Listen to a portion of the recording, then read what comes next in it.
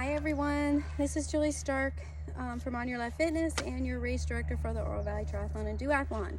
This is your pre-race video and we hope everyone watches it, including seasoned triathletes, because there are some new USAT rule changes that are taking effect this Wednesday, March 15th, and we don't want anybody to be surprised. It especially affects time penalties and how they are applied. Before we get started, I want to talk about packet pickup and what's going to be in your packet. Packet pickup will start this Thursday at Fleet Feet on Tanca Verde from 3 p.m. to 6 p.m. In your packet, you're going to get a bib number with a wristband. You're going to get your bike and helmet number. This bike number wraps around your seat post, just like this. If you can see, it gets wrapped around. And this number goes on the front of your helmet, just like this one from another race, okay? Also, if you purchased a VIP parking pass, this VIP parking pass will be in your packet as well. We'll have a lot attendant to allow you into parking. You can see where all that happens in the email and in the parking map. One of the things that we want to talk about is if you're new to tri or running and you don't have one of these, we highly recommend you get a number belt. This is just to make it very easy to get your number on and off you. The only time you have to wear your number is when you're running, okay? You can spin that around to the back if you have a belt while you're running, so it's not annoying in front. But when you cross that finish line, it has to be visible in the front. That is a USAT rule. So if you are going to pin it to something that you're going to wear after you get off the bike or something, make sure it's pinned to the front. Okay, so let's talk about timing chips. You will get your timing chip on race morning. You have to have this bib number in order to get your timing chip, which looks just like this, okay? It's a little neoprene Velcro strap. Once you get your timing chip, it goes on your left ankle to keep it away from the chain. You will wear this while you swim, bike, and run. So once you put it on, you don't take it off until it comes across the finish line. Once you get across the finish line, volunteers will hand you your medal and bend down and take this off for you. Do not leave with this strap or we'll be sending you a $50 bill for this timing chip. Okay, let's talk about transition. Like I said, you have to have your number to get your timing chip. You can't get in transition without your timing chip. Tucson Tri Girls will be managing transition. They will be looking for your timing chip, and they will also be checking that you have bar-in plugs on the end of your handlebars. So if you have a road bike, per se, that curvy point where it's at the end there and sometimes they're exposed, can't have that in a USA Triathlon sanctioned event. You need to have those plastic plugs. You can get those at any bike shop. And they're probably free. So just make sure that you have those in place. They will be inspected. Once you get into transition, the racks are first come, first serve. There is no pre-assignment. So we'll allow you to start picking up your timing chip at 5:30 and you can get in line to get in transition if you're one of those people that wants first dibs. But again, you cannot get into transition until you have a timing chip, and transition doesn't open until 6 a.m. Once transition opens, you have 45 minutes to get your area set up. We ask that you rack your bikes going opposite direction. So my bike is going this way. The next bike to it would come the opposite direction, and so forth down the line. Each bike rack should be able to hold at least 5 bikes, preferably 6. Again, no pre-assignment. You just first come, first serve. If you are new to triathlon and don't understand how to set up a transition area, there is a little image of how to set up a transition area on the event website. There was also a link to that, I believe, in the email we sent out. There's so much valuable information in that email, and there's so much available on our website that should be able to answer all your questions. So set up your transition. Again, it's not a picnic, it's a small area. And then you have to be out by 6:45. You're going to walk over to the aquatic center and line up by bib number order. One thing I forgot to mention is your number needs to be on your arm. You can either do that yourself at home, have a family or friend do it for you, or you can wait and get it written on your arm in transition. You can have another athlete do it. Tucson Tri Girls are going to be walking around. They'll have markers. They can do it for you. So number on both arms, that's how we know for swim lineup, because we can't see that tiny little chip on your ankle. The other thing we like to have is your age on the back of your calf. We don't care which calf it is, but just remember it's how old you're going to be on December 31st of this year. So if your birthday isn't until October and you're going to be 44 in October, well, guess what? This coming Saturday on the 18th, you are 44 already, because that's USAT rules. Okay, so we got bib number on our arm, we got our age on our calf. If you're on a relay, it's just going to be an R. Age doesn't really matter. Line up by bib number order. Tim will be in there, Tim, Kristen will be in there, and Matt Borschke to line you up.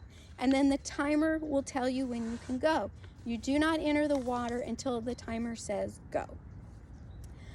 You can dive or you can sit down and start your swim. It doesn't matter. We're in the deep end, so if you want to dive in, go for it. Passing in the pool. This only really applies to intermediates because you're swimming in both directions, and we want to avoid any head-on collisions. We ask that you only pass a swimmer when you are heading south in the pool, and that is the end. South is the end that you entered in the pool. Okay, and you would tap the person's foot in front of you. They either need to move over, or when they get to the wall, they need to stop and let you go by. Nobody has to stop in the middle of the lane to let somebody pass. This even goes for sprint triathletes. You're only one lane in the pool, so pass when you need to pass. If it's crowded in there, tap the person's foot in front of you. Hopefully they can move over. If not, then hopefully they'll stop at the wall and let you pass. Please do not grab onto the lane lines in the middle of your swim. We've had 1 or 2 years where the lane lines got disconnected from the wall because too many people were hanging on those lines. The Aquatic Center has asked us to stress, do not grab the lane lines. If you need a break, do it at the wall. There is no penalty for stopping and waiting at the wall other than time. You're just, the time that you're sitting there, it goes against your overall time, but you're not getting a penalty for anything. One of the other things that you used to be able to do, you could swim with a snorkel and still be in the competitive division. That is not the case anymore. You can still swim with a snorkel, but your number will be written down and your results will be in a non-competitive manner. We'll give you your time, but you can't be in awards and your results cannot be published with USAT. So if you're trying to get to nationals or get some kind of national ranking, you cannot use a snorkel. The pool temperature will be between 78 and 80 degrees. No wetsuits are allowed in this swim. Everybody should be just fine.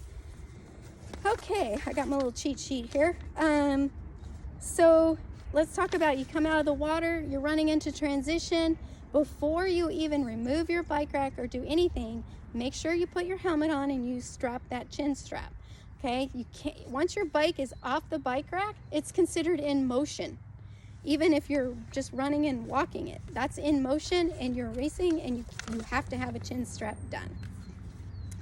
So you're gonna put your chin strap on, you're gonna get your shoes on, you're gonna take your bike off, and you're gonna walk or run it to the mount dismount line. You're gonna go across the timing mats, then to the mount line, okay?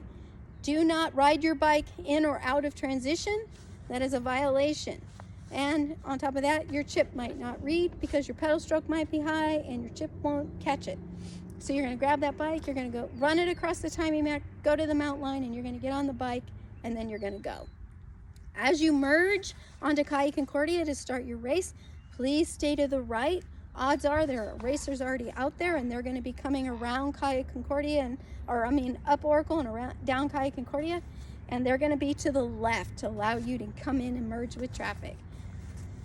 Out on the course, this is where big USAT rule changes. It used to be you didn't know if you sustained a penalty until the race was over and you saw a 1 minute or a 2 minute violation in your results.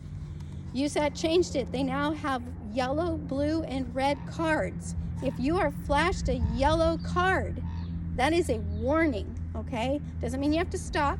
It's just a warning to let you know you're doing something wrong. You're either drafting, you're blocking, or you failed to make your pass and you didn't drop back, okay? The new rules this year are you have to be 10 meters away from the back tire of the front of the bike in front of you. So that's 5 bike lengths, okay? You now have 20 seconds to complete a pass. So if you see you're coming up on somebody and you've got good speed, once you get up to their back tire, you literally have 20 seconds to make that pass. If you don't make that pass, you can drop back and try again later if you want without getting a penalty. You used to get a penalty if you didn't make the pass. But as long as you're within that 20-second window and you can't make the pass, no penalty. If you are flashed a blue card, you have to stop, okay? You have to pull over to the far right on the bike course against the curb, and you have to wait. The officials stop with you. If you're in the sprint distance, it's a 1-minute penalty. And if you're in the Olympic distance, or I guess we're just an intermediate distance, it's a 2-minute penalty. So blue card, must stop until the official tells you you can go. Red card, you did something really bad, and most likely you went out of the cones, or the official saw some unsportsmanlike conduct, and that means you are officially disqualified. You will be moved over to the side of the curb, and one of the race officials will come and pick you up and remove you from the event. Never had this happen, but just be a warning. So again, yellow, just a warning. Just look at it and say, oh, look around, what am I doing? Okay, I need to back up, or I need to move over. Blue card, gotta stop. Red card, you're done. One last thing we forgot to mention, I'm just throwing this in at the end, is that when you are on your bike and you come up Oracle and you're going to make the right-hand turn on Calle Concordia, from the time you hit Calle Concordia at Oracle until you get past the entrance to transition, you cannot pass. There will be signs there that say no passing zone. After you pass the entrance that you came out of for starting your bike ride, then you can start passing people again. But during that very short section, I don't even think it's 1/10 of a mile, you cannot pass anybody. That's just for safety, to allow people to merge safely onto the course. That's about the major rule changing for the bike course. We want to reiterate, which we have done in emails, no earbuds are allowed at any time on the course, whether you are swimming, biking, or running. You cannot wear any earbuds of anything that could be communicating to you. If you're swimming and you need earplugs because you can't handle water in your ears, that's fine. But nothing that can talk to you. You can wear a Garmin, you can wear an Apple Watch, you can even carry your phone. If you want to carry your phone and put it in your pocket, or you have a mount on your bike, it just can't talk to you, okay? No outside noise, no music, no talking, no texting, no taking a call.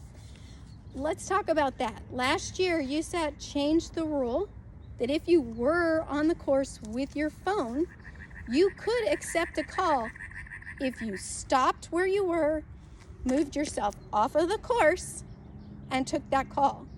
Your time is still running, but now you are officially off the course and you're just waiting. You can take that call, you can end that call, you can move yourself back into the course, and you can continue on, okay? But if you are seen texting or answering a call while you're in motion, whether it's biking or running, you will get a red card and you'll be done, okay? There's no warning, it's just you're done. So you need to know that rule. So again, no earbuds even on the run course. I have people every year, what do you mean I can't wear earbuds on the run? Yeah, you can't. You can't do it, okay? You just can't. That's a USAT rule. You have to be able to hear the volunteers, you got to be able to hear the race officials, and you got to be able to hear me, the race director, my whiny voice. Okay, let me look back at my cheat sheet.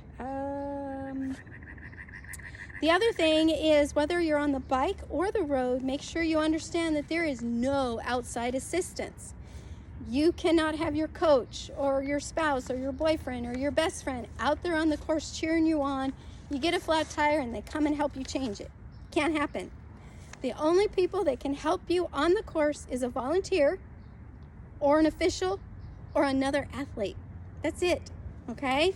So if you get outside assistance, you can't change that tire yourself, your racing is eventually over. And the same thing goes if you're on the run and all of a sudden you're running and you forgot your gel, or you forgot something that get you through your run. You can't scream at your best friend to go to the car and bring you a gel and bring it to you. It doesn't happen, okay? Also, let's talk about abandoning equipment.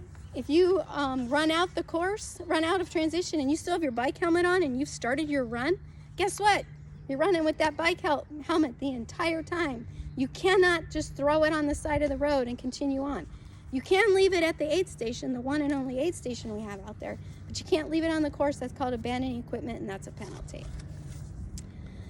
So we've covered pretty much all of that. The only thing else I want to talk about is when you finish, you want to make sure that bib number is on the front of your jersey, shirt, tri-suit, whatever you're wearing.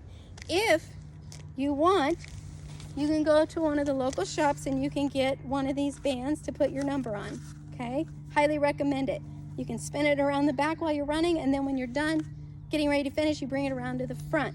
If you don't have a number belt, which you can get at any running or bike shop pretty much, pin it to the front of your shirt, okay? You're gonna finish. A volunteer is gonna hand you your finisher's medal. They're gonna bend down and take that strap for you, so you don't have to, because you'll be lightheaded and we don't want anybody passing out. And then you can go collect your meal from Drew's Dogs. Natural grocers will be there. They'll have waters, bananas, fruits also, and we'll have some chocolate milk too. And then the award ceremony will take place roughly about between 9:30 and 10. It just depends on how the race unfolds, and we look at are all divisions filling up, and do we feel confident that the person that started maybe last in the water wasn't a super fast person that got out of line and technically gets an award. So I think that pretty much covers it. If you have any other questions that have not been answered in the email or in this video, please do not hesitate to reach out. We are here to help make your race day run as smoothly as possible. And the USAT official is very excited to be there, and we are very excited to have him. And that's it.